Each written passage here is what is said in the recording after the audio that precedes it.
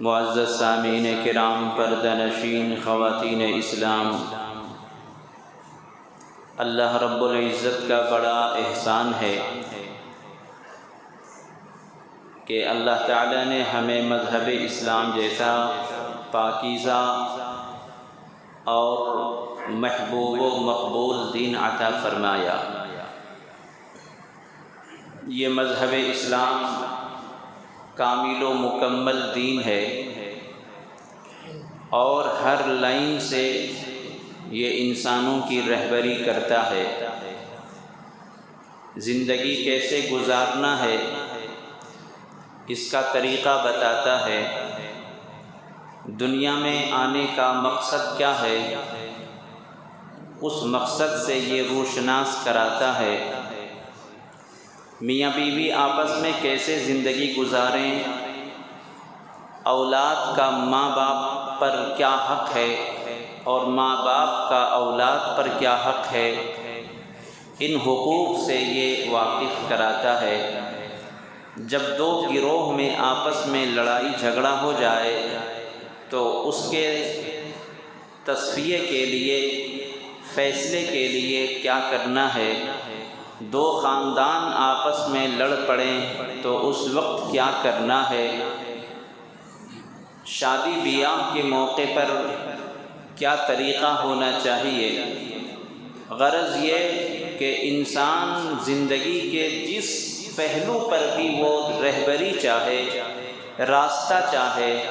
تو اسلام اسے رہبری کرتا ہے، راستہ بتاتا ہے۔ چونکہ ہم معاشرے میں زندگی گزارتے ہیں، معاشرے کا مطلب ہے آپس میں مل جل کر ایک ساتھ زندگی گزارنا، اسی کو معاشرہ کہا جاتا ہے۔ اور معاشرے میں جب مختلف ذہنوں کے لوگ ہوتے ہیں، مختلف سوچ و فکر والے ہوتے ہیں، تو ظاہر سی بات ہے کہ لڑائی جھگڑا ہوگا ہی، اونچ نیچ ہوگی ہی، اور ایک دوسرے سے ضرورتیں چونکہ لگی ہوئی ہوں گی تو ایک دوسرے سے چیزیں مانگنا بھی ہوگا۔ اگر کوئی بندہ جنگل میں جا کر رہتا ہے تو اسے معاشرہ نہیں کہتے۔ اگر کوئی بہت دور جا کر آبادی سے کسی جگہ پر رہتا ہے اس کو معاشرہ نہیں کہیں گے۔ ان کو کسی سے سلام کلام کی بھی ضرورت نہیں پڑے گی، اس سے کسی سے کوئی تعلق نہیں ہوگا۔ تعلق ہونے کے بعد ہی تو کبھی کسی سے شکوہ ہوتا ہے، تعلق اور محبت ہونے کے بعد ہی کسی سے گلہ ہوتا ہے۔ اور وہ آدمی اکیلا ہے، تنہا ہے، تو اس سے کسی کا لینا دینا نہیں ہوتا۔ کون آیا کون گیا محلے میں اسے کسی کے بارے میں پتہ نہیں۔ تو وہ آدمی جو اکیلا ہے، کہیں کٹا ہوا ہے انسانی آبادی سے، وہ بہت ساری چیزوں سے محروم ہو جاتا ہے۔ دوسروں کے ساتھ غم میں شامل ہونا، دوسرے کی خوشی میں شامل ہونا، ایک دوسرے کو سلام کرنا، ایک دوسرے کے مشورے میں شامل ہونا، یہ بہت سارے جو ثواب کے کام ہیں، جنازے میں شامل ہونا، جماعت کی نمازوں میں شامل ہونا، یہ سب انہیں نصیب نہیں ہوتا۔ جو اکیلا رہ گیا، جنگلوں میں رہ گیا اور آبادی سے کٹ کر کہیں دور چلا گیا، وہ بہت ساری چیزوں سے محروم ہو جاتا ہے۔ جو معاشرے میں رہے، مسلمانوں کے درمیان میں رہے، انسانوں کے درمیان میں رہے، ان کے درمیان میں کبھی بحث بھی ہوگی، کبھی لڑائی جھگڑا بھی ہوگا، کبھی مار پیٹ بھی ہوگی۔ ان سب چیزوں کی ضرورت تھی، اسی لیے اللہ تعالیٰ نے یہ چیزیں بیان کی ہیں۔ اگر کبھی کسی کے درمیان لڑائی نہیں ہو سکتی تھی تو پھر قرآن میں بھی نہ آتا۔ اللہ کو معلوم تھا کہ ہم انسانوں کو ایک ساتھ رہنے کا پابند بنائیں گے، الگ تھلگ رہ کر اور معاشرے سے اور انسانی آبادی سے ہٹ کٹ کر الگ رہنا یہ اسلام میں پسند نہیں ہے، جس کو رہبانیت کہا جاتا ہے۔ تو اسلام میں رہبانیت نہیں ہے، اسلام میں ہے اتحاد و اتفاق، ایک دوسرے کی ضرورت میں میں کام آنا، ایک دوسرے کی خوشی اور غم میں شامل ہونا، ایک دوسرے کے بیماری کے وقت میں اس کی عیادت کرنا، موت کے بعد اس کی تعزیت کرنا، اس کی تجہیز و تکفین میں شامل ہونا، جب آپس میں ملاقات ہو تو سلام کلام کرنا، جب کبھی تجھ سے مشورہ چاہے تو ان کو مشورہ دینا، یہ سب وہاں ہوگا جہاں آپس میں مل جل کر رہتے ہوں۔ تو ایک دوسرے کے ساتھ غم میں شامل ہونا، خوشی میں شامل ہونا، یہ اسلام چاہتا ہے۔ اس لیے ہماری ہر ضرورت خود بخود پوری نہیں ہوتی۔ اللہ تعالیٰ نے ہماری ضرورتوں کو بہت سارے لوگوں کے درمیان میں جوڑ دیا ہے، بہت سارے لوگوں سے ہمارا تعلق ہے۔ کپڑا ہماری ضرورت کی چیز ہے، لیکن ہم خود کپڑا بن نہیں سکتے، خود کپڑا تیار نہیں کر سکتے، تو کپڑے والے کے پاس جانا ہے۔ کھانا اناج ہم خود پیدا نہیں کر سکتے، تو اناج پیدا کرنے والے سے تعلق جوڑ دیا۔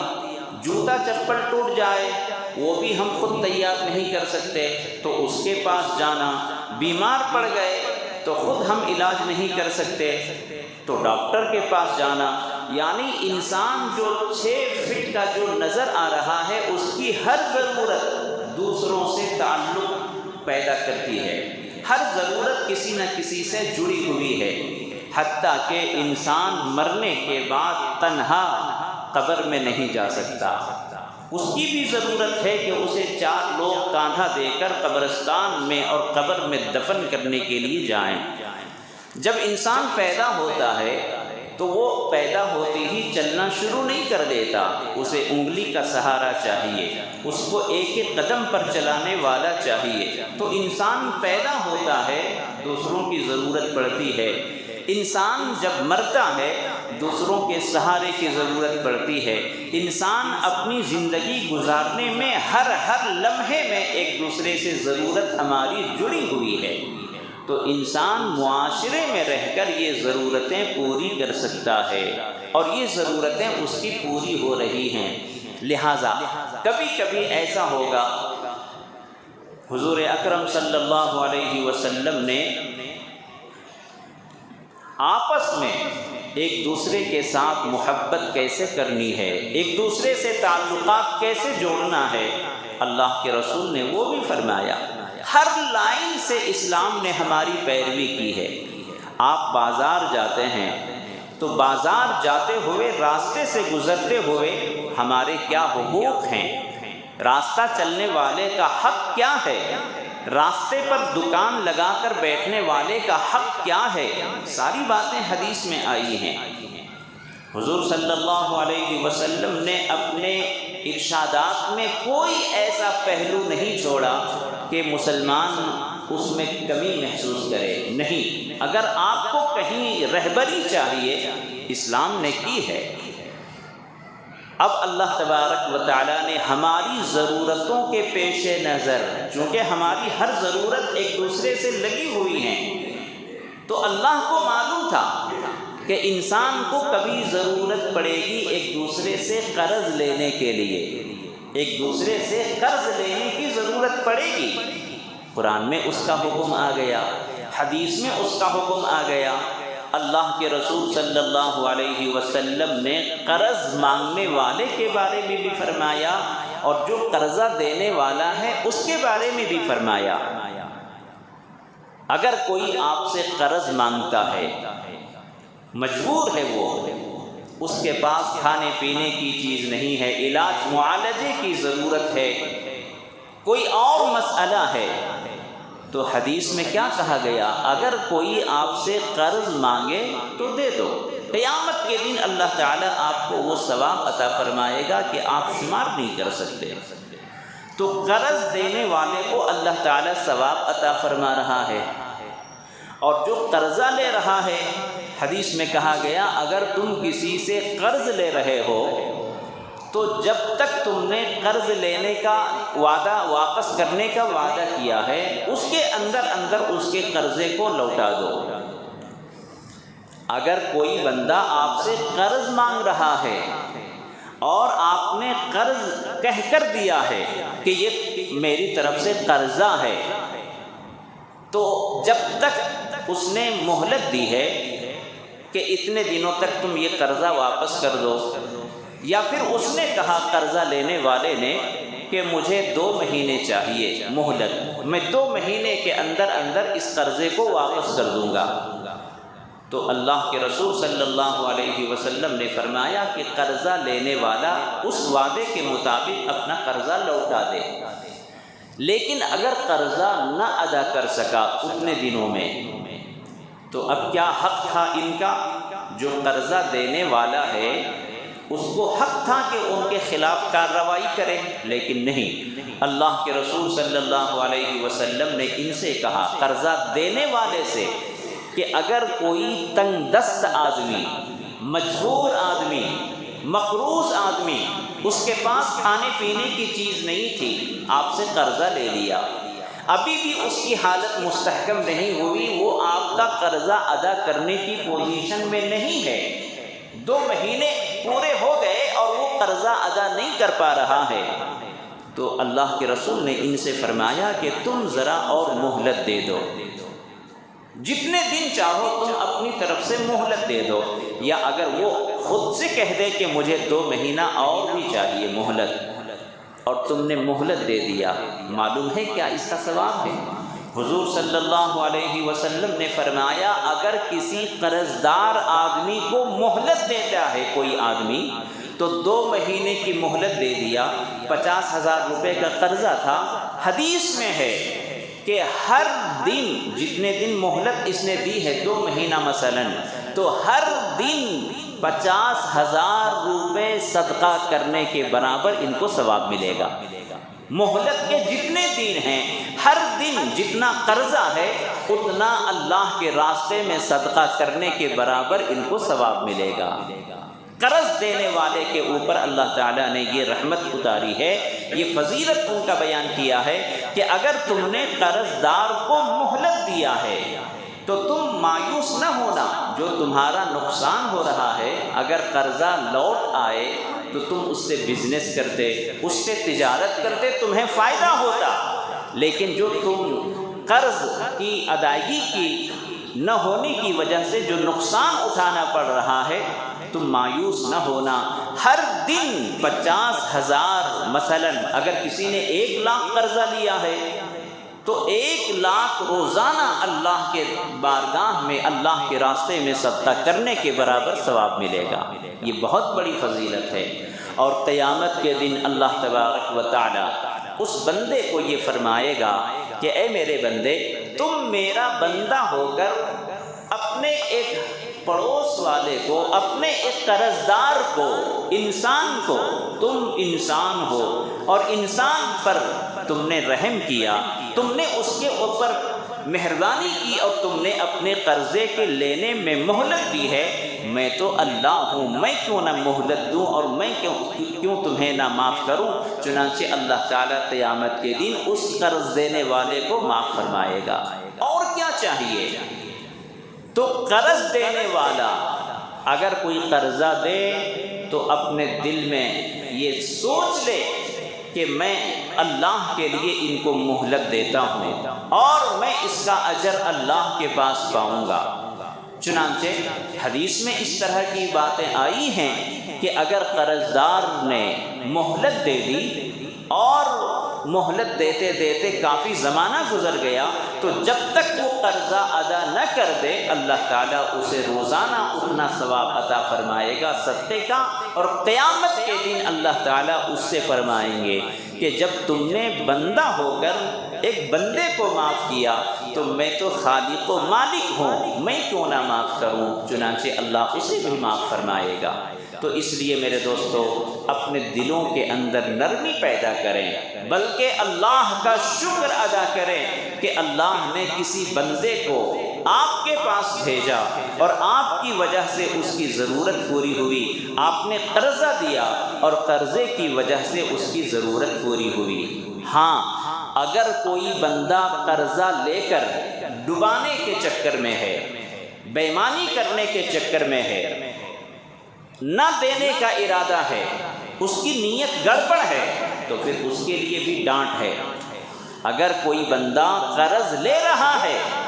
شروع میں تو اس نے مجبوری ظاہر کی کہ میں بہت مجبور ہوں، مجھے بچوں کی فیس ادا کرنا ہے، مجھے اپنی بیوی کا علاج کرانا ہے، مجھے قرضہ پھیرنا ہے، کچھ بھی بہانہ کر کے مجبوری بتا کر اس نے قرضہ لے لیا، لیکن قرضہ لینے کے بعد اس کا رنگ بدل گیا، جیسا کہ آج اس زمانے میں چل رہا ہے۔ قرض لینے کے وقت میں وہ بہت مجبور بنتا ہے، لیکن قرض دینے کے وقت میں وہ حاکم بن جاتا ہے، بار بار تاریخیں وہ بدلتا ہے، اگلے مہینے دے دوں، 2 مہینے کے بعد دے دوں، صبح دے دوں، شام، اس طرح سے وہ وعدے کر کر کے ٹال مٹول کرتا ہے، جبکہ دیکھنے والے دیکھتے ہیں کہ اس کی حالت اچھی ہے، ہوٹل سے کھانا کھاتا ہے، بائک سے ہمیشہ گھومتا پھرتا ہے،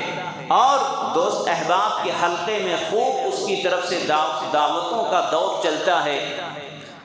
بہت فضول خرچی ہے،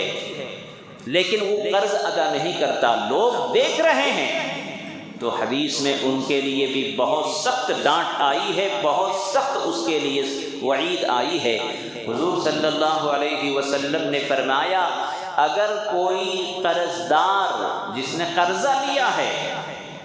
اگر وسعت ہے قرض ادا کرنے کی، اس کے باوجود وہ ادا نہیں کر رہا ہے تو وہ ظالم ہے، اور ظلم کرنے والے کو اللہ پسند نہیں فرماتا۔ اللہ تعالی ہر گناہ کی سزا قیامت کے دن وہ دے گا، لیکن اگر کسی نے ظلم کیا ہے تو قیامت سے پہلے دنیا ہی میں اسے سزا دیتا ہے۔ تو قرض ادا کرنے والا اگر گنجائش ہے اس کے پاس تو پہلی فرصت میں قرضہ ادا کر دے، گنجائش رہتے ہوئے وہ ٹال مٹول کرے تو وہ ظالم ہے۔ اور دوسری حدیث میں ہے کہ وہ ظالم ہے اور فاسق ہے۔ اللہ کے رسول اتنے ناراض ہیں کہ اس کے پاس ادا کرنے کے لیے پیسہ موجود ہے، اس کے باوجود وہ ادا نہیں کر رہا ہے تو وہ ظالم ہے اور فاسق ہے۔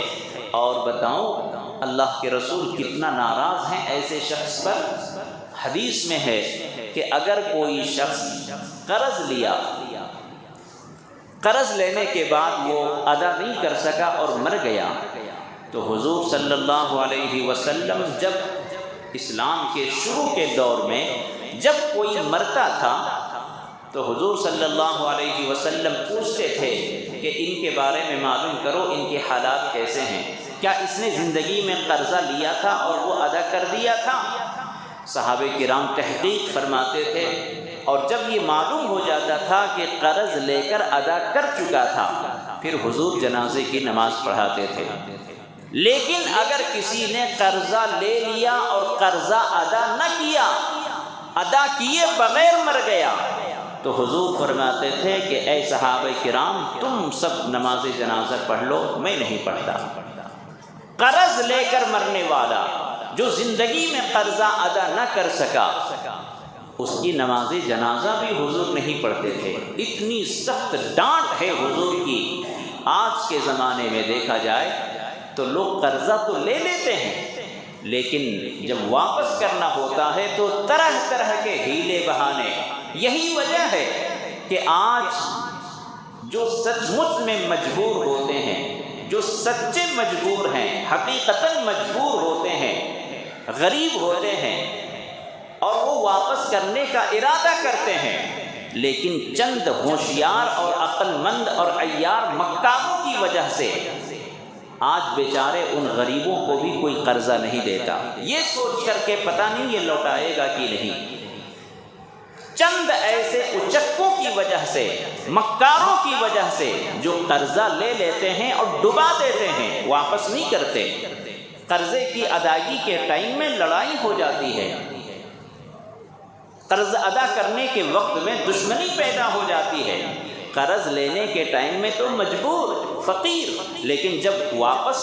ادا کرنے کی ضرورت پڑتی ہے، جب قرض دینے والا مانگتا ہے اپنی رقم، تو پھر اس سے دشمنی، اس سے لڑائی جھگڑے ہوتے ہیں۔ تو ایسے نکموں کی وجہ سے جو سچے حقدار ہوتے ہیں، قرض لینے والے ہوتے ہیں، ان کا بھی حق مارا جاتا ہے۔ تو حضور صلی اللہ علیہ وسلم جب کوئی قرض دار ہوتا، قرض لینے والا، اور وہ اپنی زندگی میں قرضہ ادا نہ کیا ہوتا تو حضور فرماتے کہ تم لوگ جنازے کی نماز پڑھ لو، حضور نہیں پڑھتے تھے۔ تو مفسرین فرماتے ہیں کہ اگر کسی نے زندگی میں قرض لے لیا اور اس نے اپنی زندگی میں ادا نہیں کیا تو ایک صورت تو یہ ہے کہ زندگی میں ادا کر دے، لیکن اگر زندگی میں ادا نہ کیا ہو تو پھر یا تو وہ اپنی وراثت جو چھوڑ کر جا رہا ہے، اپنی پراپرٹی جو چھوڑ کر جا رہا ہے، وہ کم سے کم اتنا تو ہو کہ مرنے کے بعد اس سے قرضے کی ادائیگی ہو سکے، مرنے کے بعد اس کی پراپرٹی بیچ کر اس کے قرضے کو ادا کیا جائے گا۔ اس کے بعد اگر اس نے پراپرٹی نہ چھوڑی ہو تو کم سے کم اس کے رشتہ داروں میں کوئی تیار ہو جائے ضمانت لینے کے لیے کہ ان سے جن جن حضرات کا معاملہ تھا، انہوں نے جن سے قرضہ لیا تھا، میں ان کی طرف سے قرضے کو ادا کرنے کے لیے تیار ہوں، کم سے کم کوئی تیار ہو جائے۔ اگر یہ چیزیں اگر ہیں تو کوئی بات نہیں۔ اللہ کے رسول صلی اللہ علیہ وسلم کا جو فرمان ہے یہ ان لوگوں کے لیے ہے جنہوں نے زندگی میں بھی قرضہ ادا نہیں کیا اور اپنی پراپرٹی بھی کوئی نہیں چھوڑی اور ان کی طرف سے کوئی ضمانت لینے والا بھی نہیں تھا۔ تو ایسے مقروض آدمی کی جنازے کی نماز اللہ کے رسول نہیں پڑھتے تھے۔ لیکن اگر کوئی مقروض تھا اور اس نے اپنی پراپرٹی چھوڑی تھی اس سے ادا کیا جائے گا، یا اگر کوئی ضمانت لینے والا تھا تو وہ ضامن بعد میں قرض ادا کر دے تو وہ چلے گا۔ تو بہرحال میرے دوستو یہ بڑا سنگین مسئلہ ہے کہ قرض ادا کرنے میں لوگ ٹال مٹول کرتے ہیں۔ اللہ کے رسول نے فرمایا وہ ظالم ہے اور اس کا نقصان ہوتا ہے معاشرے میں کہ جو سچے حقدار ہوتے ہیں، جو سچ مچ میں غریب ہوتے ہیں، بیچاروں پر سے بھروسہ اٹھ گیا ہے، کوئی آدمی کسی کو قرضہ دینا نہیں چاہتا۔ اس کا نقصان کیا ہو رہا ہے آپ کو بتاؤں؟ ہاتھ بدلی جو قرض دیتے ہیں بغیر کسی سود کے، اسلام میں جو قرض ہے وہ وہی ہے، ہاتھ بدلی۔ آپ نے 10,000 دیے کسی کو، ان کی ضرورت پوری ہو گئی تو وہ 10,000 روپے واپس کر دیں گے، یہی اصل ہے قرض، اور اسی پر اللہ کی طرف سے وہ بشارت ہے۔ یعنی آپ نے جتنا کسی کو دیا ہے اتنا ہی آپ کو آنا ہے، یہی قرض حسنہ ہے اور یہی قرض ہے جس پر جو بشارتیں ابھی آپ کو سنائی گئی ہیں کہ اللہ کے رسول نے فرمایا کہ قیامت کے دن اللہ تعالیٰ ان کی مغفرت فرمائے گا، یہ قرض والا ہے۔ لیکن آج جو قرض چل رہا ہے معاشرے میں، انٹرسٹ والا قرض، جو سود ہے، جو حرام ہے اور انتہائی سخت حرام ہے، اللہ کے رسول صلی اللہ علیہ وسلم نے فرمایا اگر کوئی قرض سود کے طور پر دیتا ہے، انٹرسٹ کے طور پر قرض دیتا ہے، تو قرض کا، سود کا جو ادنا سے ادنا، یعنی اس کا ہلکا جو اس کا گناہ ہے وہ کیا ہے معلوم؟ کہتے ہوئے زبان تھراتی ہے۔ اللہ کے رسول نے فرمایا کہ سود کا جو گناہ ہے وہ اتنا بڑا گناہ ہے کہ جیسے کوئی اپنی ماں کے ساتھ بدکاری کر رہا ہو۔ 17 مرتبہ کوئی اپنی ماں کے ساتھ بدکاری کرے تو وہ سود کا ادنا سا گناہ ہے۔ یعنی سود کا اتنا بڑا گناہ ہے کہ اس کا گناہ کا ادنا اتنا ہے کہ جیسے وہ ماں کے ساتھ بدکاری کر رہا ہو۔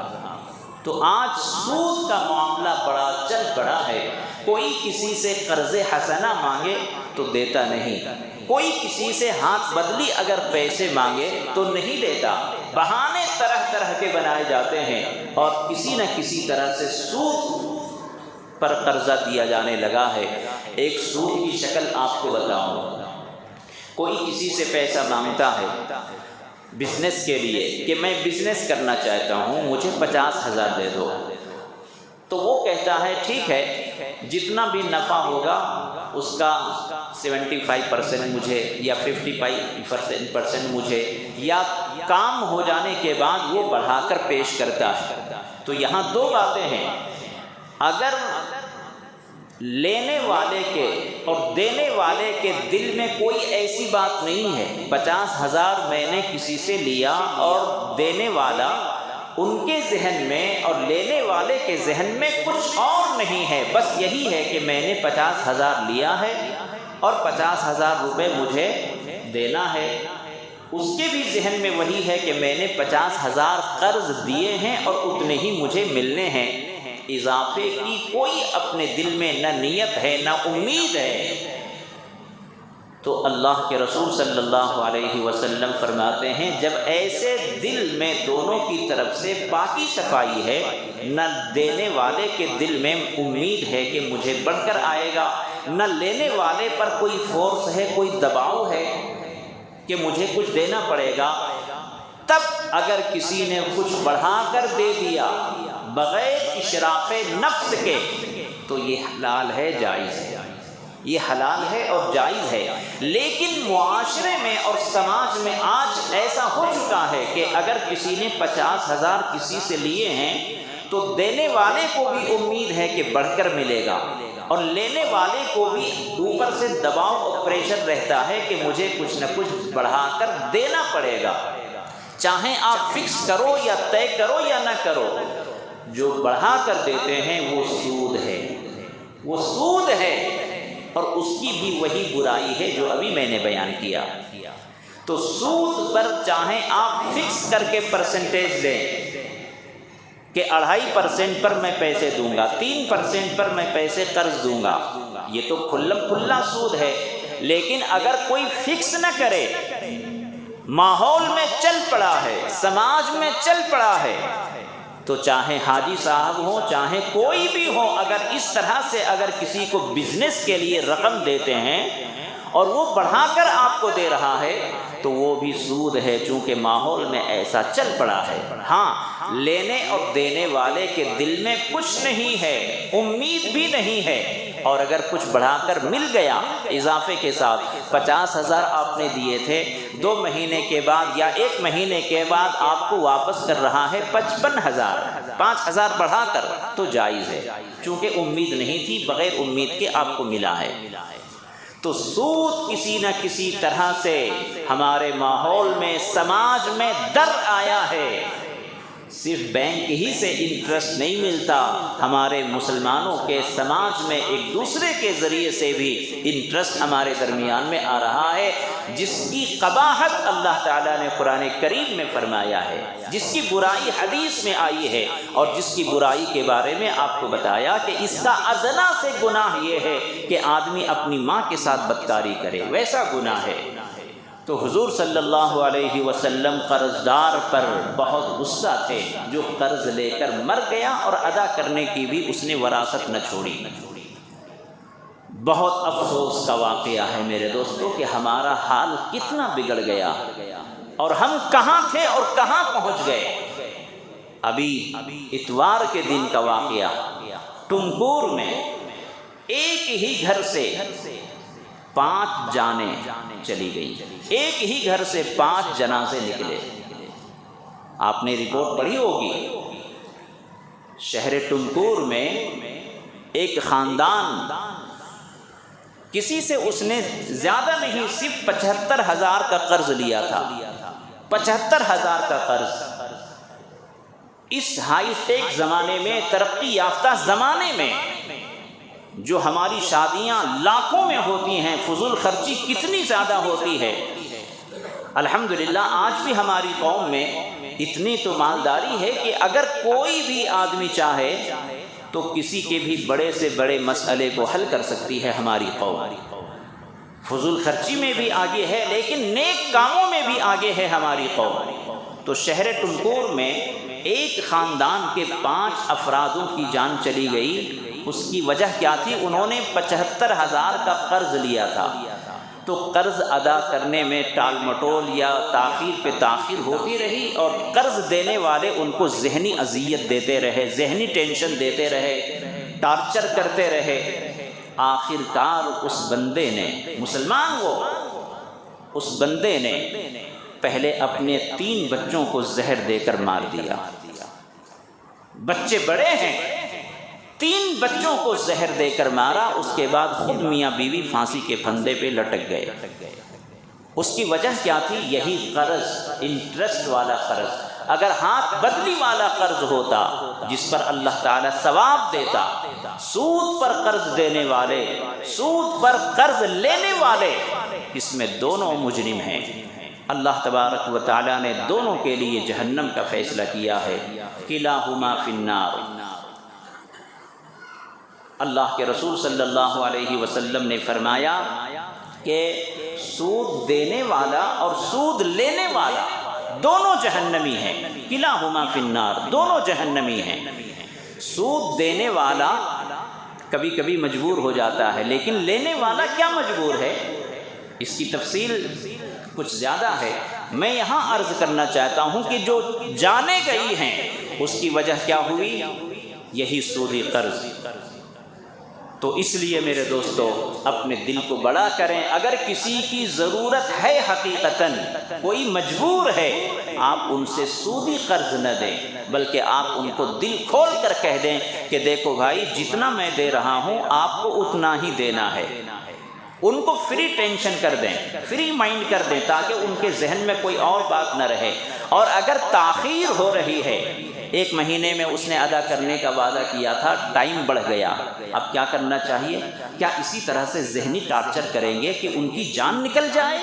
جنازہ نکل جائے؟ مسلمان ہے، مسلمان کے محلے میں ہے، 3 بچوں کی پرورش ہو کر بڑے ہو گئے بچے، کتنی تکلیفیں ہوئی ہوں گی، پرورش میں کتنے مسائل آئے ہوں گے، اور اس آدمی پر کیا زور ڈالا گیا ہوگا کہ اس نے، اس کی بیوی نے یہ فیصلہ کیا کہ زندگی اب دنیا میں نہیں گزر سکتی ہے۔ سوچیں ذرا میرے دوستو، ہمارا معاشرہ کتنا پاکیزہ تھا، ہمارا معاشرہ ایسا تھا کہ اگر کوئی گھر میں کھانے کی چیز آتی تو ہم خود نہیں کھاتے، بازو والے کو دے دیتے تھے، پڑوس کو دے دیتے تھے،